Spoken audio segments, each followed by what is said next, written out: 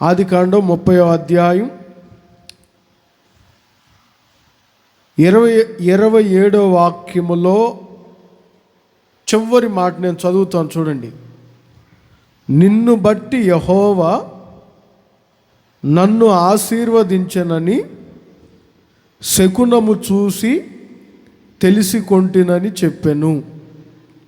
మీకు అర్థమైందో లేదో మరొక్కసారి చదువుతాను. ఆదికాండం 30వ అధ్యాయం 27వ వాక్యములో, అందుకు లాబాను అతనితో, నీ కటాక్షము నా మీద ఉన్న ఎడల నా మాట వినుము.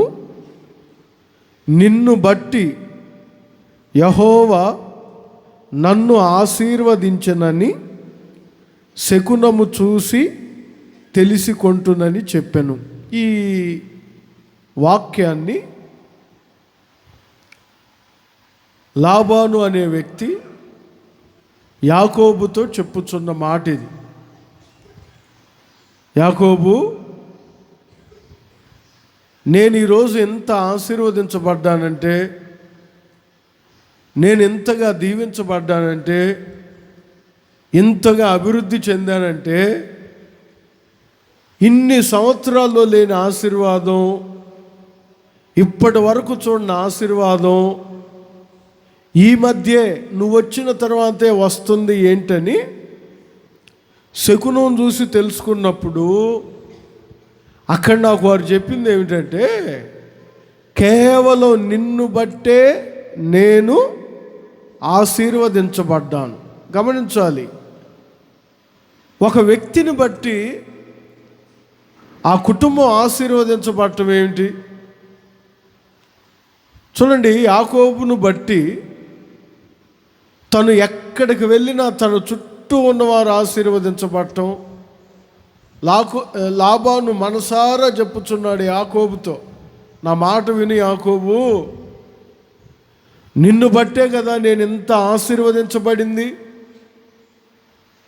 ప్రియులారా, ఓ చిన్న మాట దీనిలో నన్ను ఆశ్చర్యానికి గురి చేసిన మాట ఏమిటంటే, ఒక వ్యక్తిని బట్టి ఇంకొక కుటుంబం ఆశీర్వదించబడటం ఇక్కడ గమనిస్తాం మనం.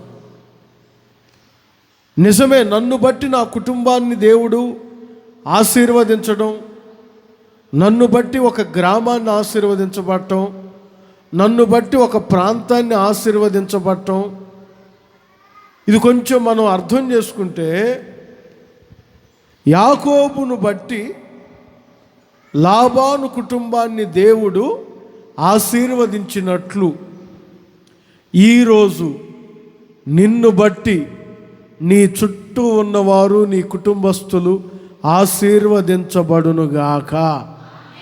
నిన్ను బట్టి, గమనించాలి ఈ మాట, నిన్ను బట్టి, ఒక యాకోబును బట్టి ఆ ప్రాంతం ఆశీర్వదించబడింది. యాకోబును బట్టి లాబాను కుటుంబం ఆశీర్వదించబడింది.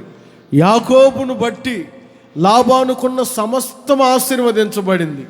ఇదే చరిత్రలో మనం గమనిస్తే యాకోబు కుమారుడైన యోసేపును గురించి కూడా బైబిల్లో ఒక మాట రాయబడి ఉంది. ఆదికాండం 39వ అధ్యాయం 5వ వాక్యమును మీరు చదివినప్పుడు, పోతీఫర్ ఇంటిలో యోసేపు గురించి వినపడుతున్న మాటలేమిటి చూడండి మీరు.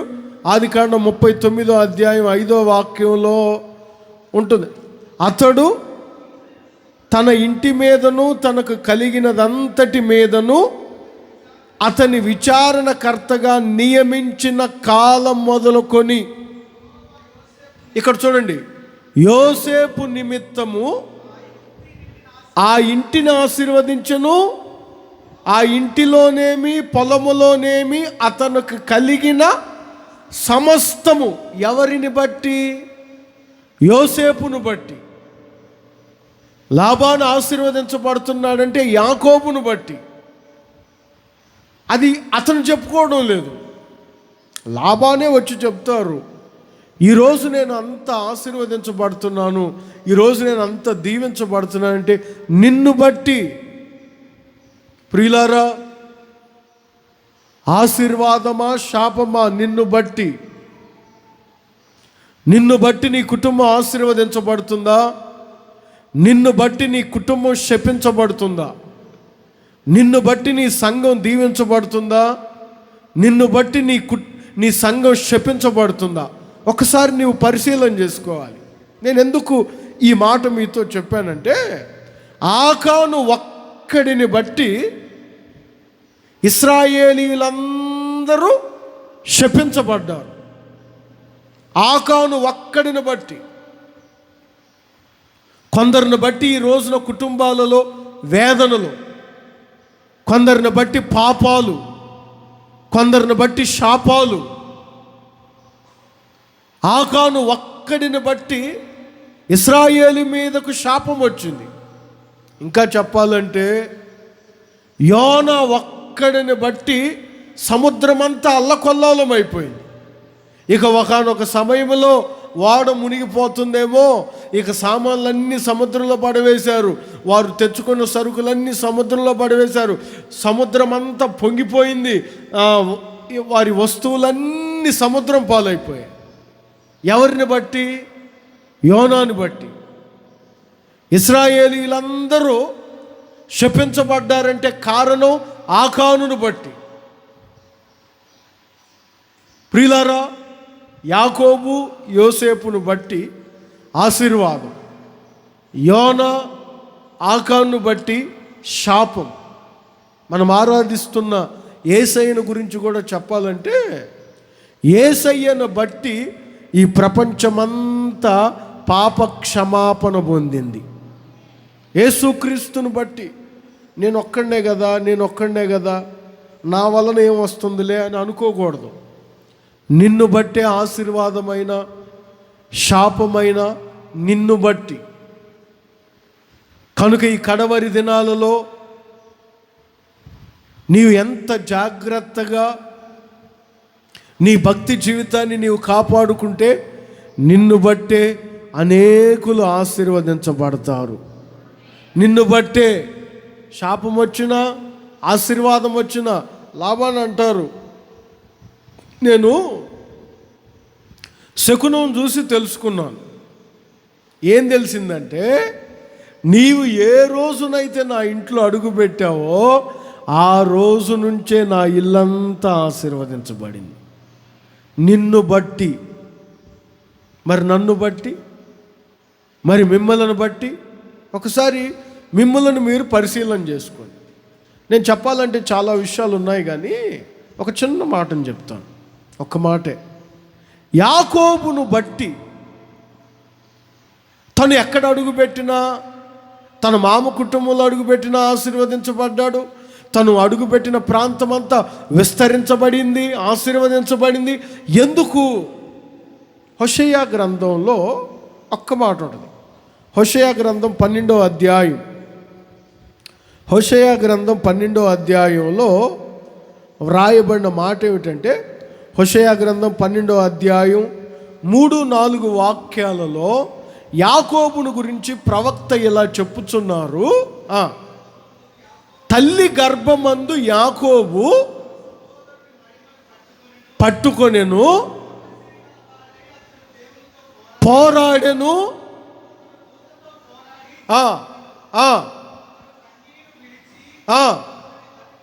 బతిమాలెను. ఇక్కడ యాకోబు యొక్క జీవితాన్ని 2 మాటల్లో చెప్పాలంటే, పోరాడేవాడు, బతిమాలేవాడు.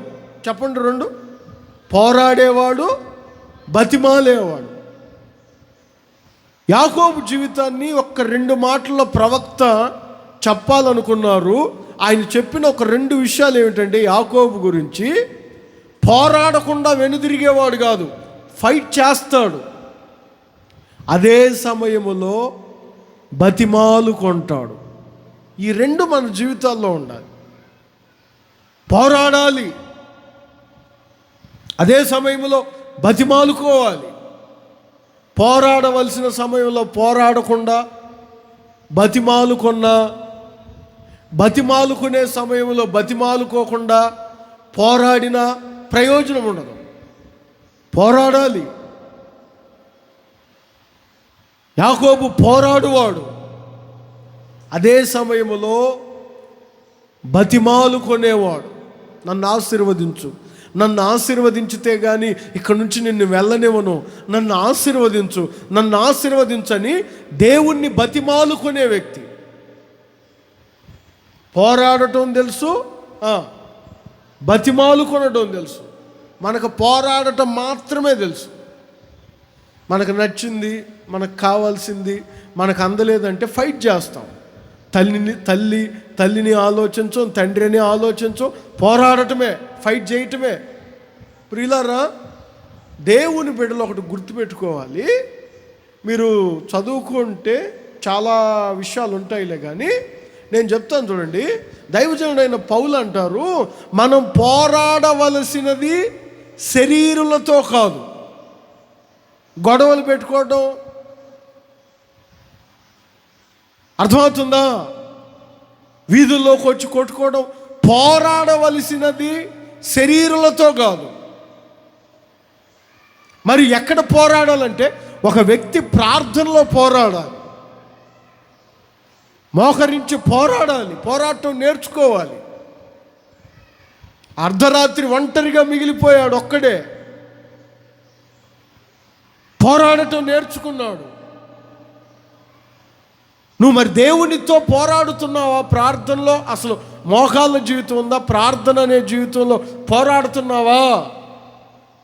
అదేమంటే సేవకుని మీద పోరాడతాం, వీధుల్లోకి వెళ్ళి పోరాడతాం, తల్లి మీద పోరాడతాం, తండ్రి మీద పోరాడతాం. నువ్వు ప్రార్థనలో పోరాడాలి. దైవజనుడైన పౌలు గారు కొలసీ సంఘంతో అదే చెప్తారు, ఎఫెసీయులతో చెప్తారు, కొలసీలతో చెప్తారు. ఏమన్నా తెలుసా? మీరు పోరాడవలసింది శరీరులతో కాదు, ప్రార్థనలో పోరాడాలి. మోకరించామా? ఏ విషయం కొరకైనా మనం ప్రార్థన ప్రారంభించామా? పోరాడండి. పోరాటం ఆగకూడదు, మన సమస్య తీరేంత వరకు. అదే సమయంలో యాకోబులో ఉన్న మరొక కోణం ఏమిటి? బతిమాలు కొనడం, ప్రాధేయపడడం, వేడుకోవడం. తప్పదు. ఆమె దేవుణ్ణి బతిమాలు కొంటుంది. నేనేంటి, నాకేం తక్కువ, నాకేంటి అన్నీ ఉన్నాయని అనుకోలేదు. బతిమాలు కొంటుంది. ఒక చోట ఉంటుంది యోబు గ్రంథంలో, మీరు తర్వాత చదువుకోండి, 33వ అధ్యాయం 26వ వాక్యంలో, సర్వశక్తుడైన దేవుణ్ణి మీరు బతిమాలుకుంటే ఆయన మిమ్మును కటాక్షించును. బతిమాలు కొనకుండా మంచం మీద పడుకొని కేకలేస్తే ఏం ప్రయోజనం అంటారు? హోషేయ ప్రవక్త 7వ అధ్యాయం 14వ వాక్యంలో మీరు తర్వాత చదువుకోండి. మంచం మీద పడుకొని కొంతమంది చూడండి, మంచం కూడా దిగి మోకరించడం, మంచం మీద పడుకొని కేకలేస్తుంటారు, స్తోత్రం, యేసు రక్తం, జయం జయం అని. ఏం ప్రయోజనం? బతిమాలుకో. నిన్ను బట్టి ఆశీర్వాదమా? ఆకాను బట్టి శాపం వచ్చింది, యోనాను బట్టి వారు నష్టపోయారు, సముద్రం పొంగిపోయింది. అలా ఉండకూడదు దేవుని బిడ్డలు. నిన్ను బట్టి నీవు ఆశీర్వదించబడాలి, నీ ద్వారా అనేకులు ఆశీర్వదించబడాలి. యాకోబు ఆశీర్వదించబడ్డాడు, యాకోబును బట్టి లాబాను ఆశీర్వదించబడ్డాడు. యోసేపు ఆశీర్వదించబడ్డాడు, యోసేపును బట్టి పోతీఫర్ ఇంటి వారందరూ ఆశీర్వదించబడ్డారు. పోరాడడం నేర్చుకోవాలి. సోమరితనంగా, బద్ధకంగా ఉండకూడదు. బతిమాలుకోవటం కూడా నేర్చుకోవాలి. మనం దేవుణ్ణి బతిమాలాలి. ఆయన నువ్వు బతిమాలుకుంటే తప్పకుండా ఆయన నిన్ను ఈరోజు కటాక్షించబోతున్నారు. నిన్ను బట్టి ఒకసారి ఆలోచించు. నన్ను బట్టి నా కుటుంబానికి శాపమా? నన్ను బట్టి నా ఇంటికి ఆశీర్వాదమా? నన్ను బట్టి నా సంఘానికి ప్రయోజనమా? నన్ను బట్టి నా సంఘానికి శాపమా? నిన్ను బట్టి. యాకోబును బట్టి లాబాను ఎలా దేవుడు ఆశీర్వదించాడో నిన్ను బట్టి నీ సంఘాన్ని దేవుడు ఆశీర్వదించాలి. నిన్ను బట్టి నీ కుటుంబాన్ని దేవుడు ఆశీర్వదించాలి. ప్రభు ఈ మాటలు మీ హృదయంలో భద్రపరచునుగాక.